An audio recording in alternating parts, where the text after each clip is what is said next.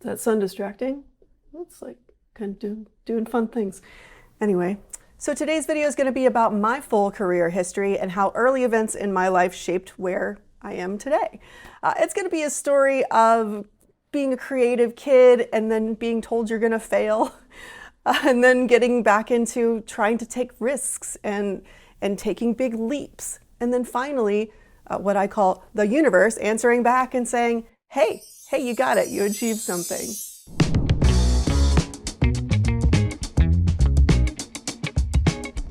But first, I'm Erin Essex. I am here on YouTube and other platforms to help UXers as well as tech people by providing transparent, no-nonsense advice and stories like this that maybe can help you upskill, reskill, interview, whatever that takes, maybe even take your own risk to get to that next point in your career.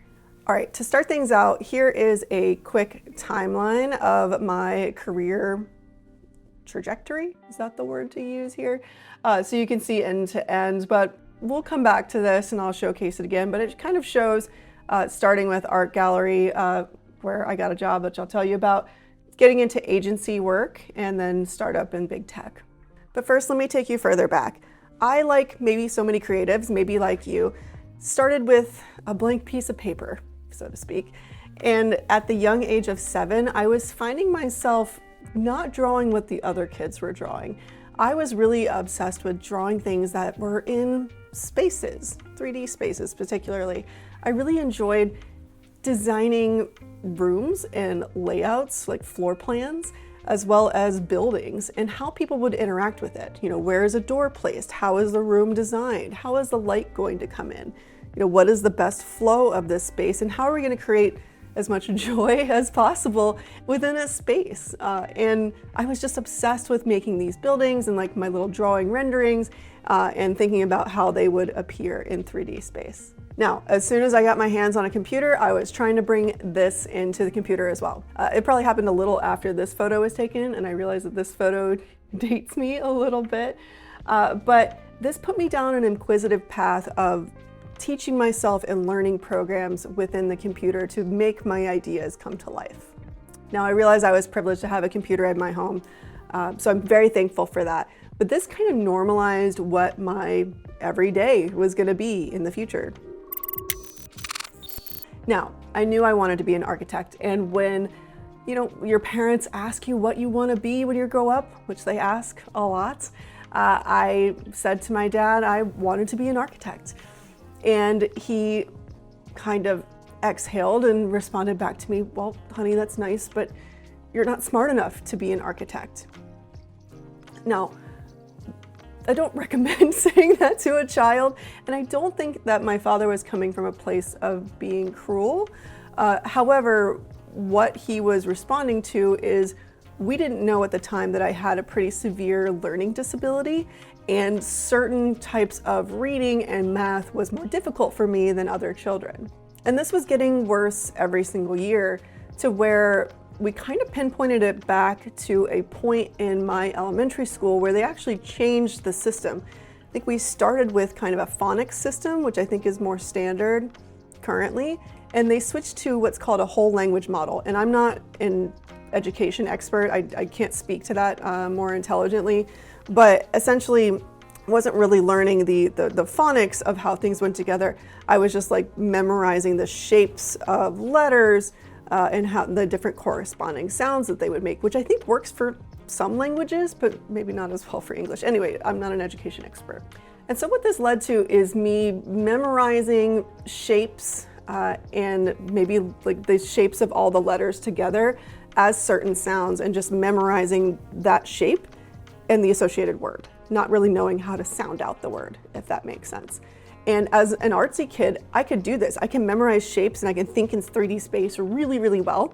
And this worked for a really, really long time. And I was able to fool people into thinking that I could read really well. Of course, this falls apart later. And it wasn't until 7th grade when a teacher approached my mom and said, your daughter has a very high IQ, however, she can't read. And my mom was flabbergasted, like, of course she can read, she reads well. That was one of the first people that really highlighted that I was struggling. And I didn't know I was struggling, this is just the only way I knew how to do it. So at that point, the school system did have a program for helping test children and get them the help they needed. However, that system was so backed up, maybe because of those other decisions that they made, but I couldn't get in to be tested properly. And so my mom ended up paying out of pocket to have me tested so that I could get the appropriate help that I needed. Now, that help was difficult for me. You're essentially taken backwards. You're reading, Dick and Jane books. You are, humiliated in front of your classmates, being given different kinds of materials or special treatment, those kinds of things. Again, I'm privileged to have access to that, but it was a little bit jarring when you're a child. From that testing, I was labeled as SLD, which stands for Specific Learning Disability. And going into high school, I did not love that I had that label on me. And it's not necessarily because this is something to be ashamed of. It's just that the system at the time did not have appropriate classes for us or people that think like us to have us thrive. And so, the kids would call us slow learning disabled, like the slow kids. We were labeled the R word a lot. And we were placed into classes that had folks with other types of disabilities or different abilities, not necessarily ones that a dyslexic or SLD kid would thrive in. And so as a response to this, I was frustrated. I was really upset that my coping mechanisms weren't working anymore. And I was really upset that I was being labeled as an R word and being told that every single day. And so as a response to that, I decided that I would pretend to be a bad kid and they just misunderstand. They placed me in these classes because I'm actually just bad. It was just a way to try to preserve my the little self-esteem that I had. And of course, I wasn't really a bad kid. I was just trying to avoid being bullied. But still, even at this time, although, the reading was at a different level, I was really kicking ass in geometry and trigonometry. And that's because I was able to think about these things in 3D spaces. I've also been thinking about that since childhood. And these kinds of mathematical equations made sense to me. And that was a really interesting kind of breakthrough on how my brain works. So again, I was pretending to be a bad kid, getting into trouble, skipping school, all of that kind of stuff, which is, I think, kind of normal, but maybe not. But my mom didn't really know what to do with me. She needed to give me something to do. But of course, I'm a creative kid, so she enrolled me into a darkroom photography program at this place, Artists Unlimited, which used to be in Tampa. Sadly, they tore this building down. But that was kind of the start of everything for me. So from there, I started taking darkroom photography classes. I really liked that kind of process and seeing how things worked and figuring out the mechanics of that and how light would come into the lens, developing film, doing the reels in the bag, all of that stuff I really, really loved. And this led to me actually taking over the education program. I'm skipping over a lot of things, but I started assisting at the summer camps there with the kids and the adult programs, and then eventually, because it's a nonprofit, took over a lot of the education space at the young age of 17 or something. And from there, I needed a way to create advertising and brochures and different kinds of things to promote the classes as well as the gallery events that we would have in the space. Now, I did get my hands on a pirated version of something that's a big software now, and I taught myself how to use it. Hopefully the statute of limitations is up on that. But that really started everything. Having access to professional programs and teaching myself how to use it in this space was huge in developing this skill. I did have some small mentorship. There was another graphic designer that worked in the building, and she provided me really excellent advice on I didn't know anything about white space or line spacing or kerning, any of that. So I'm sure my designs looked incredibly bad. So I'm thankful that she was able to help me that early in my career. I had been doing that for a few years, running this program, when somebody came in my art gallery one day and noticed my work, came back a few times and finally said, "Would you be interested in working at my small agency?" And I was like, hell yeah, because it's a nonprofit, you're not making a lot. So I actually moved just a little bit down the street. I worked at an agency of just 4 people, And we were doing a lot of graphic design work to start. So, you know, logos, stationery, back when we used to do stationery, and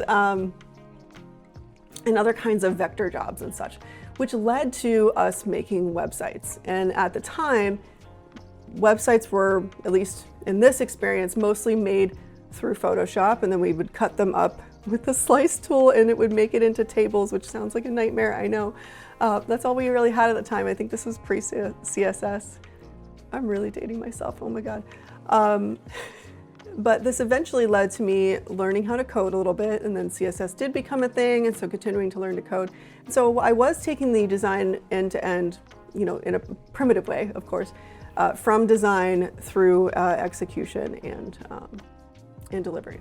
So that all went really well until the recession hiccup in 2007, 2008, 2009, and design jobs just weren't paying. People didn't have a need for them. We just couldn't find work. And so this led to me actually looking elsewhere for work, and I actually landed on a job where a lot of my friends that I grew up with worked, and that was at a call center for UPS. And this was a totally different world for me. It was like a pretty steep learning curve. I didn't like and still don't like being on the phone or calling other people, so this was different for me. And although that was a giant transition, I feel like I adjusted pretty well. But you know, it's kind of hard getting used to a job where you're getting screamed at every day. I'm not gonna lie, I did cry in that parking lot. I would cry on the phone. It can be rough being a call center agent, and you know, to this day, I do think that people that have had retail or call center experience or any kind of customer center experience just have more empathy for how to resolve things. And I think it really did help me in my user experience side, but mostly how I communicate to people. But finally things did pick up again, and I did land a different agency job. There's a longer story there, but I was working with a company that was mostly designing websites for professional athletes for their foundations and things like that. During those first few years, it was really exciting. I was able to work with athletes like Vinny LeCavier of the Lightning at the time, who I think is retired now, being able to work on his poker tournament with all the famous hockey players in there. I also worked with Rashad Jennings, who is a football player, later went on to win Dancing with the Stars, if you're familiar with that. Super fun guy. And that was really cool to have exposure to that kind of work and have that in my portfolio for the first time. That agency later went on to expand, changed names, all kinds of stuff happened.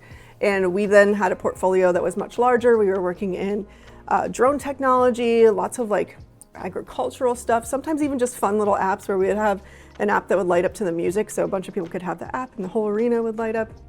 That's a thing now, it wasn't a thing back then. So it was really cool to be able to use my problem-solving skills in a bunch of different types of business verticals.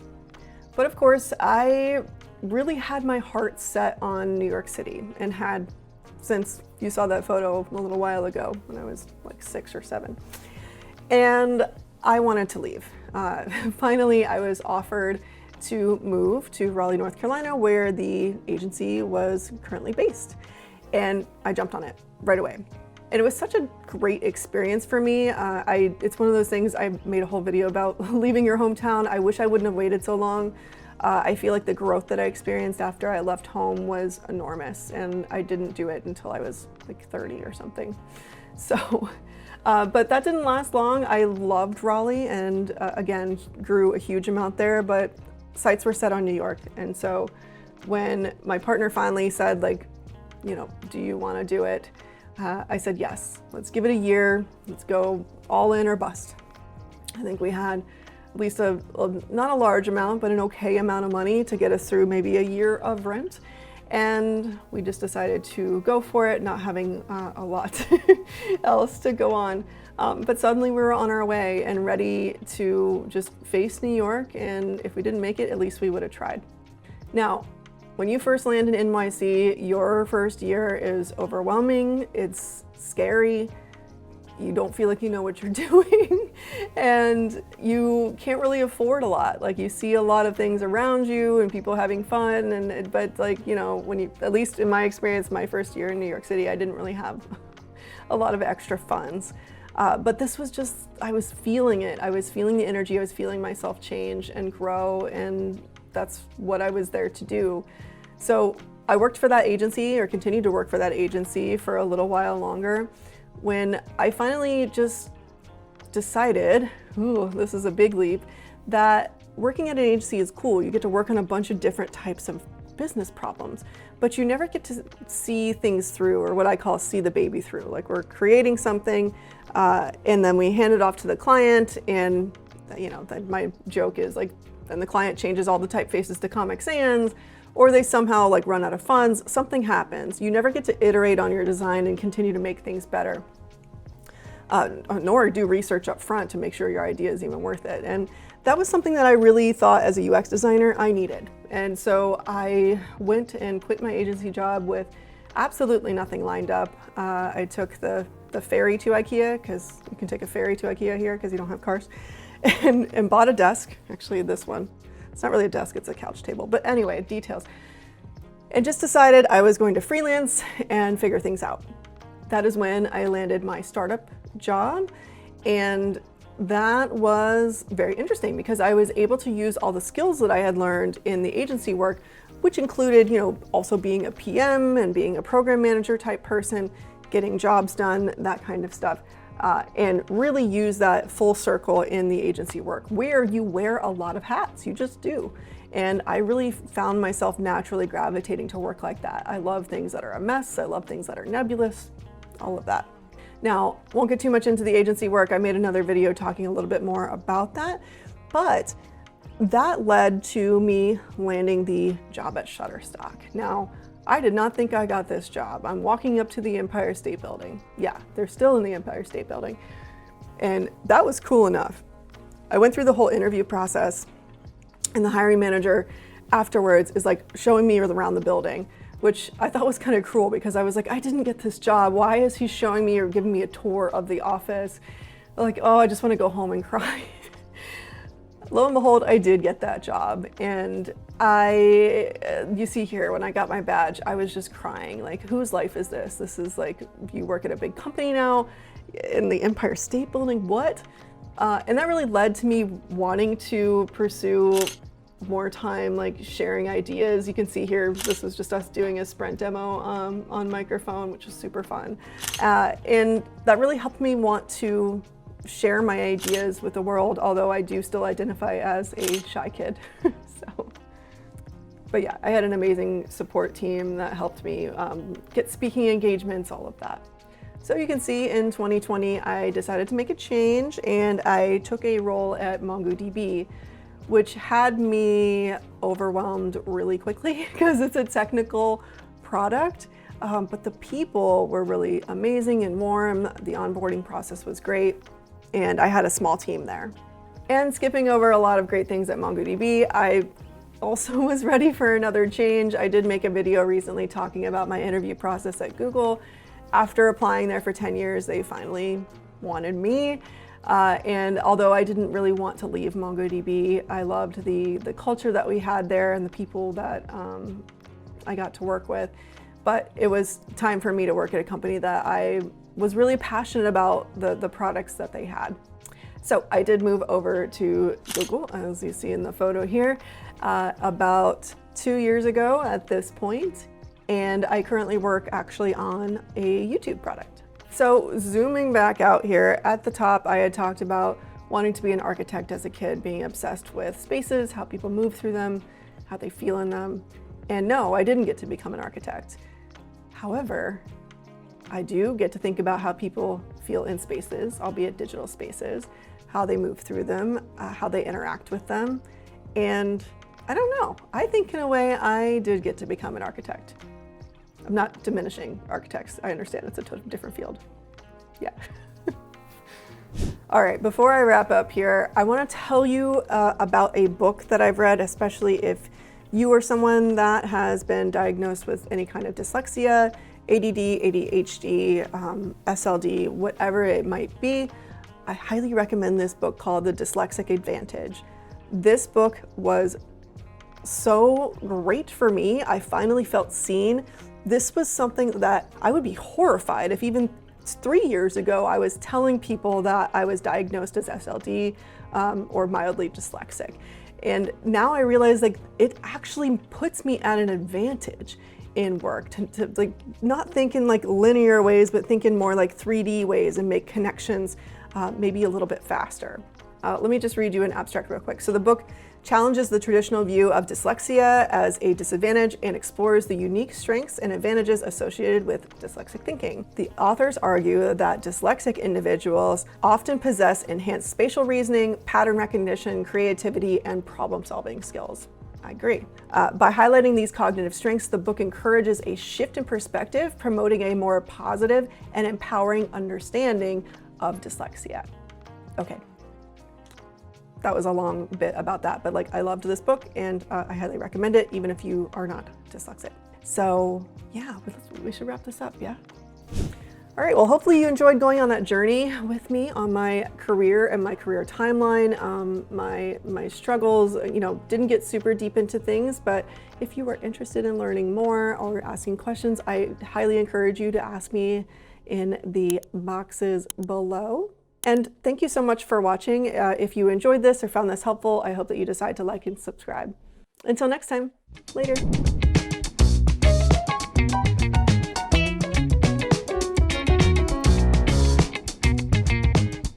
Problem-solving skills by what? See, I can't even like read this. Like dyslexia is still there.